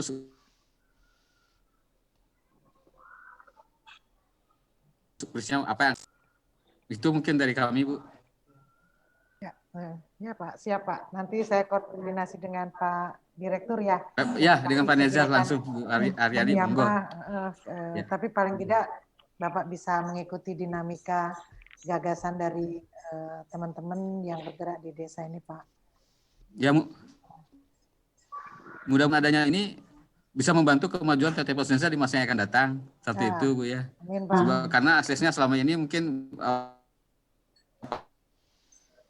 banyak Pos Indonesia ini gitu. Baik untuk pengiriman surat atau kalau e-commerce ya saya rasa mungkin bisa lah sampai ke pedesaan dibanding dengan jasa titipan atau yang lainnya.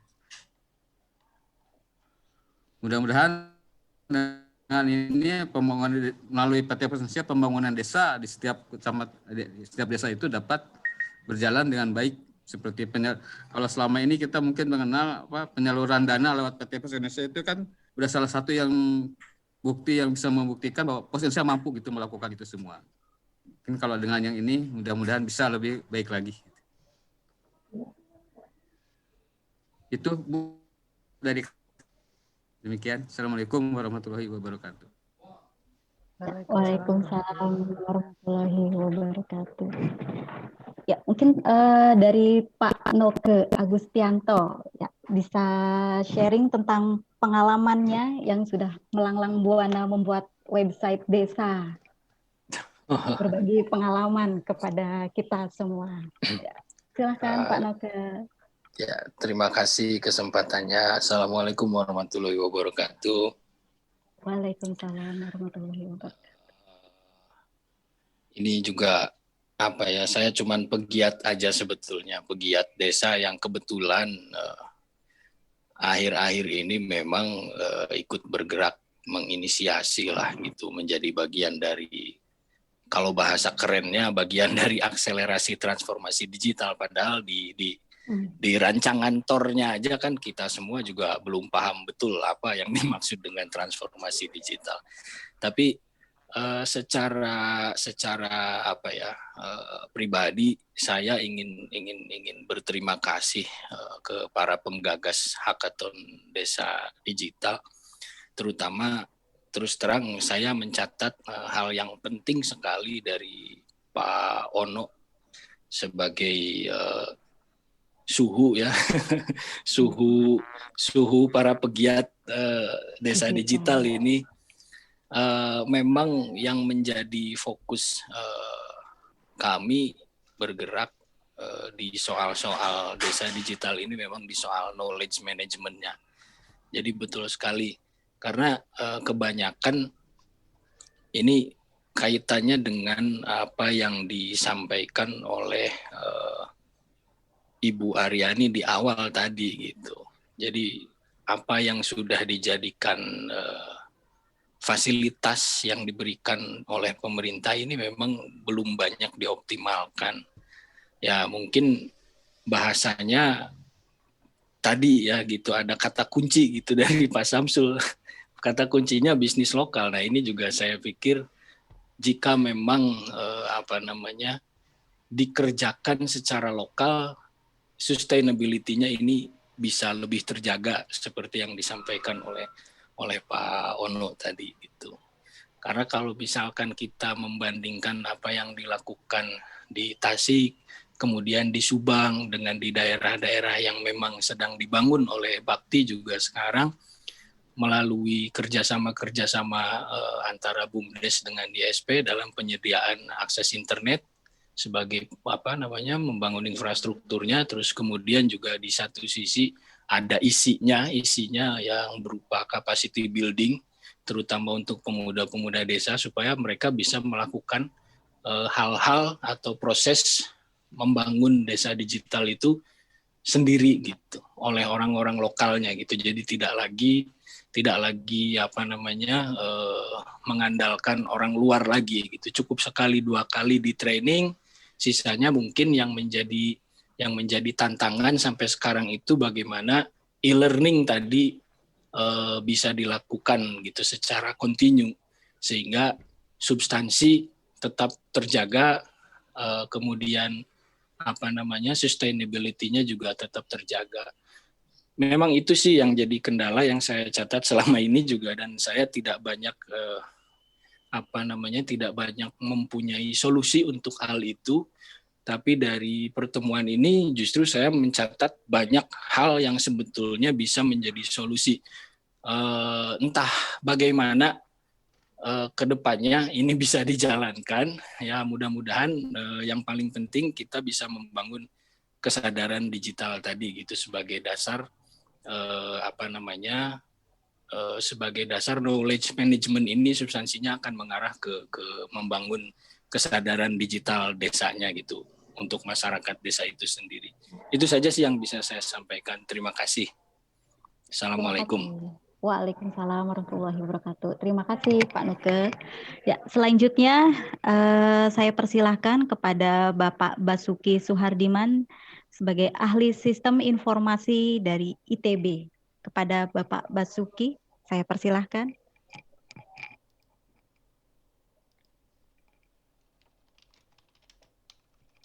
Pak Bas mana Pak Bas? Pak Bas, oke. Tidur dia. Kayaknya. Itu ada Pak Handoyo Tahir dari ABJI loh itu. Pak Handoyo Tahir jadi hadir. Iya, perlu dipelonco juga itu. Mana Pak Handoyo? Ini teman juga ini. Ah, Pak Handoyo ada. Suhu juga itu Kang Ron. Ini benturannya lokal apa network nanti sama Abji apa ya? Enggak lah, enggak ada yang benturan ini Mas. Oh, enggak ya Pak ya? Oh, berarti bagus. Santai semua ini.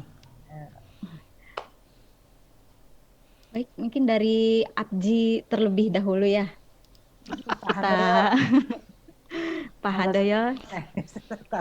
Chat dulu. Saya persilahkan Pak. Pak Handoyo bangun. Oh, hidup tuh dia, hidup. Ya, terima kasih Pak Ono. Waduh, nih sudah lama gak ketemu. Bu Ariani, saya juga tadi sebenarnya cuman mau numpang apa namanya dengar-dengar aja sih, kok jadi ditodong nih gitu ya.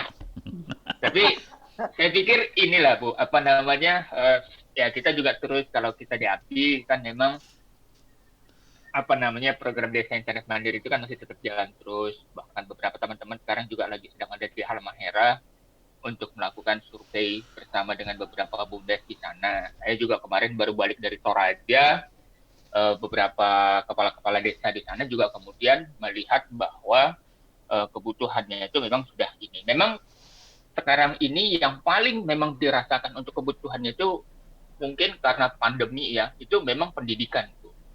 Pendidikan itu menjadi sesuatu yang tidak bisa yang tidak bisa untuk ditawar-tawar lagi. Gitu. Kalau yang lain-lain mungkin masih oke, mereka masih butuh waktu untuk melakukan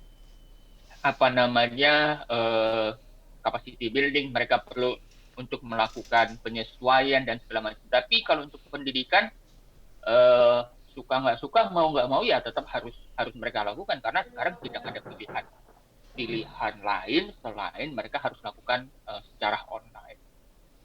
Nah, kendala yang paling besar sebenarnya adalah karena cakupan daripada penyelenggara seluler itu kan sangat-sangat terbatas gitu ya. Di Toraja saja ada sekitar 60 desa yang sama sekali blank spot. Jadi mereka cuman bisa, kalaupun ada itu cuma dapat bocorannya 2G. Jadi mereka mau nggak mau, suka nggak suka harus itu. Nah, karena ada dana desa juga lah, mungkin itu salah satu yang membuat mereka bisa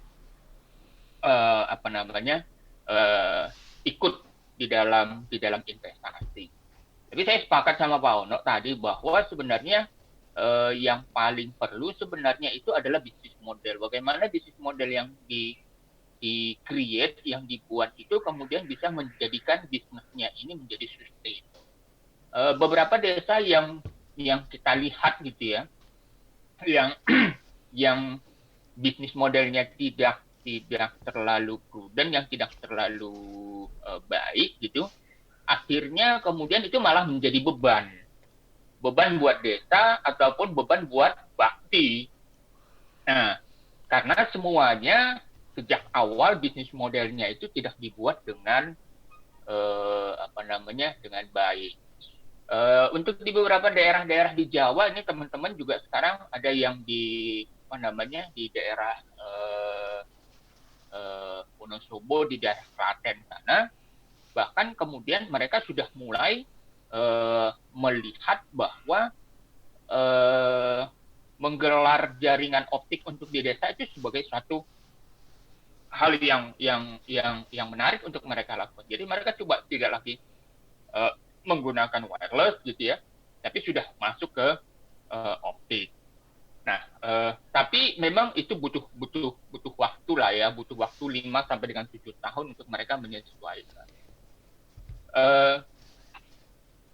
Yang kedua sih mungkin yang perlu untuk dicermati juga adalah memang mengenai ketersediaan daripada lokal talent. dalam beberapa kali kesempatan berdiskusi dengan teman-teman, dengan Pak Wono juga, memang yang kita lihat juga, ini juga yang kita coba bicarakan, diskusikan dengan teman-teman di Kementerian Pendidikan, khususnya di Direktorat SMK, bahwa bagaimana kalau bicara misalnya untuk internet gitu ya, misalnya gitu. Oke, kita mungkin bisa membuatkan materinya, Pak Wono sudah punya, tapi itu masih dalam tahap tatarannya itu hanya teori misalnya. Kalau mau praktek, mau bagaimana mereka caranya praktek? Nah, kemarin kita memang kemudian pemerintah lah, sebenarnya sudah idenya datang dari pemerintah, dari Kementerian Pendidikan, itu untuk membuat teaching factory. Nah, cuman formatnya bagaimana belum ada. Nah, sehingga ketika dalam diskusi itu kami mengusulkan bagaimana kalau misalnya lab untuk networking itu memang dibuat menjadi 24 jam. Yaitu teman-teman penyelenggara jasa internet bisa masuk ke dalam desa, membuat satu mini NOC di sekolah, kemudian itu berfungsi sebagai lab, tapi pada saat yang bersamaan itu juga menjadi NOC buat layanan akses internet di desa. Sehingga anak-anak yang belajar mengenai jaringan, mereka akan tahu persis bagaimana melakukan implementasi atau melakukan hal-hal yang sifatnya teknis dan kritikal itu di dalam live network misalnya. Setelah mereka mempelajari teorinya, dan tentu juga kalau dimungkinkan mereka sudah mendapatkan sertifikasi. Nah, ini yang sekarang yang lagi kita coba untuk lakukan. Dan luckily juga Kementerian Keuangan memberikan insentif untuk perusahaan-perusahaan yang melakukan kegiatan terkait dengan vokasi.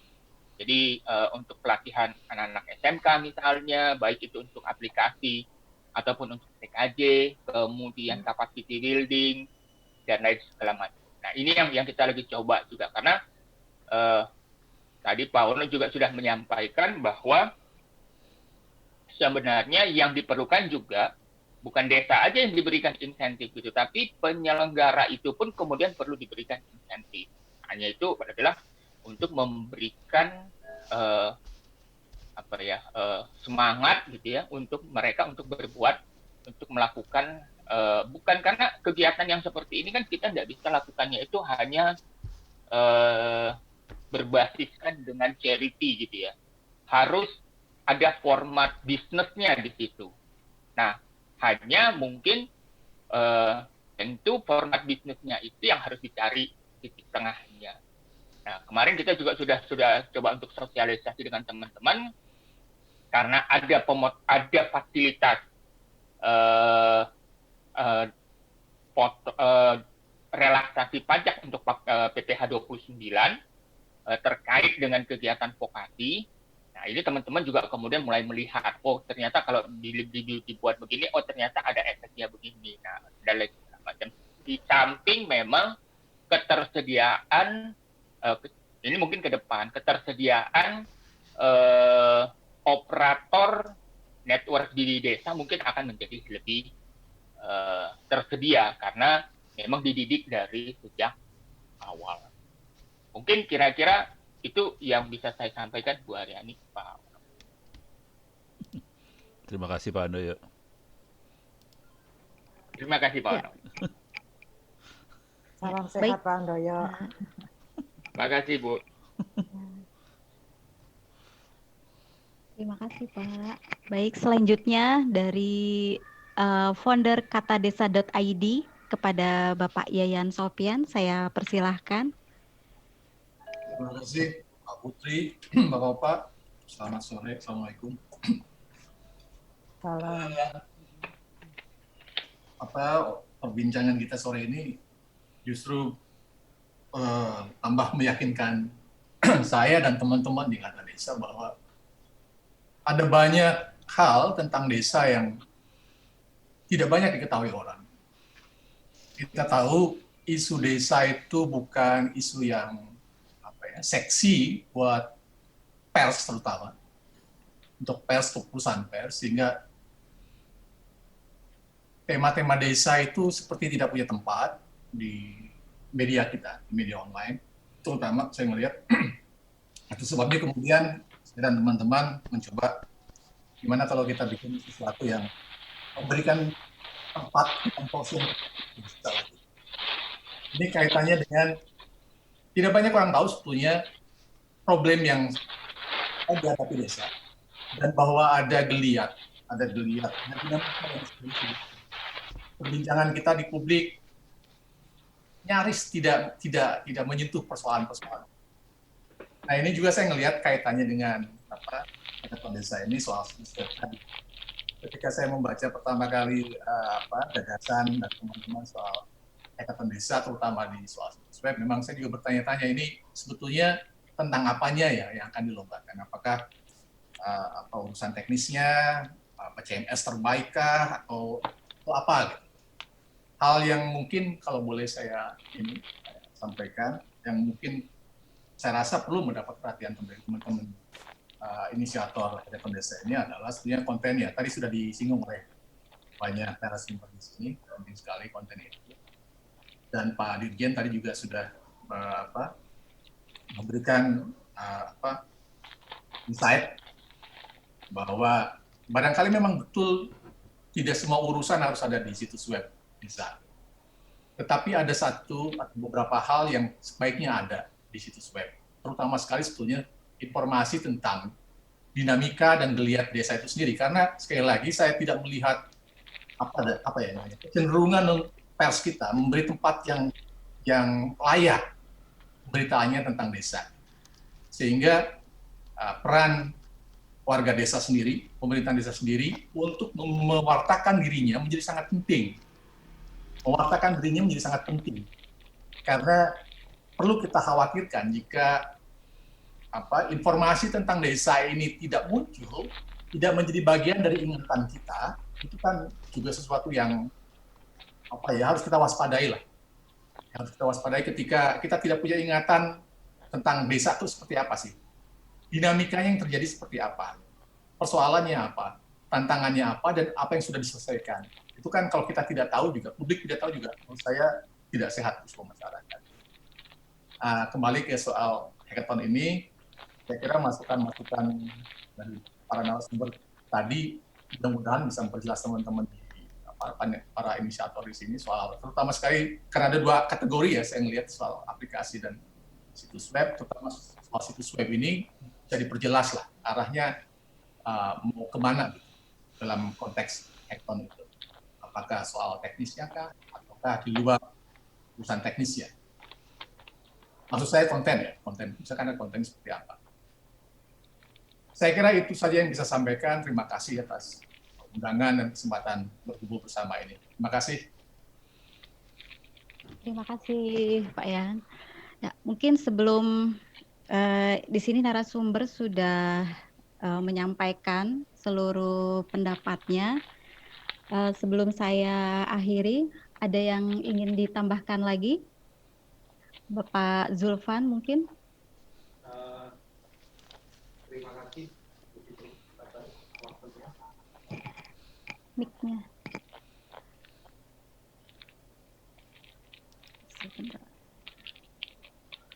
Ini masih terima kasih atas waktunya. Saya selaku inisiator mengucapkan banyak terima kasih atas masukan dari para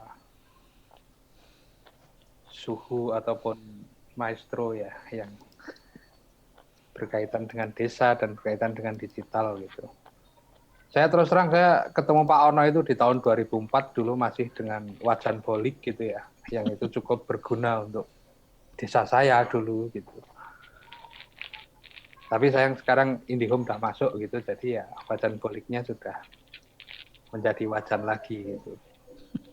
Tapi terima kasih banget masukan semuanya dari Pak Samsul gitu yang cukup tajam gitu, sudah dua kali ini gitu ketemu dengan Pak Samsul gitu, terima kasih, dan Pak Andoyo dan teman-teman yang lain.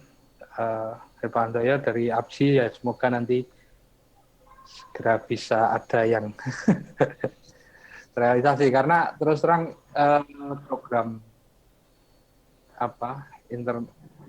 internet desa mandiri itu juga banyak yang tertarik memang gitu, tapi ya itu tadi apa dan bagaimananya gitu, mungkin juga harus ada saluran komunikasi dengan ABSI secara langsung. Terima kasih semua Bapak atas masukannya. Semoga nanti kami bisa menyusun rencana kerja dengan lebih jelas dan bisa meninggalkan legasi yang mungkin tidak hanya sekedar satu kali ini jadi sesuatu gitu, tapi bisa terus-menerus memberikan sumbangsih kami untuk kerja-kerja besar ini. Terima kasih atas waktunya, terima kasih atas masukannya. Ya, baik. Ibu Aryani, ada yang ingin disampaikan lagi? Mungkin sekedar menambahkan ya, nanti di kami sendiri memang rencananya melalui kanal open platform, salah satunya dengan YouTube, itu akan ada talkshow rutin ya, terutama terkait jurus-jurus jitu itu tadi Pak Ono, terus juga Pak Basuki, Mas Yayan, mungkin secara berkala bisa menjadi narasumber yang nanti akan kami publikasikan di kanal YouTube tersebut. Harapannya kami akan segera membuat risalah ya, resume apa-apa yang sudah kita bicarakan pada sore hari ini, dan nanti akan kita share kembali. Jadi mohon nanti kalau yang tidak berkeberatan untuk diberikan nomor handphone, kita bisa komunikasi via grup WhatsApp, dan saya mengharapkan semua bisa menanggalkan baju sementara, karena ini sifatnya diskusi. Kita sangat menerima inovasi-inovasi dari siapa saja, dan segera kita juga bisa melakukan transfer knowledge, itu yang sebenarnya dibutuhkan oleh masyarakat desa pada saat ini. Nah, mudah-mudahan dengan adanya kita silaturahmi yang pertama ini bisa dilanjutkan dengan pertemuan-pertemuan yang lebih intensif lagi dan lebih terarah. Barangkali nanti juga bisa kita buat live streaming untuk Q&A dan sebagainya. Jadi saya minta juga masukan kira-kira materi-materi apa yang bagus untuk kita share, kita jadikan satu stadium general ya, dengan konstituennya adalah masyarakat desa, para penggerak desa. Itu saja Mbak Fitri. Terima kasih buat semuanya.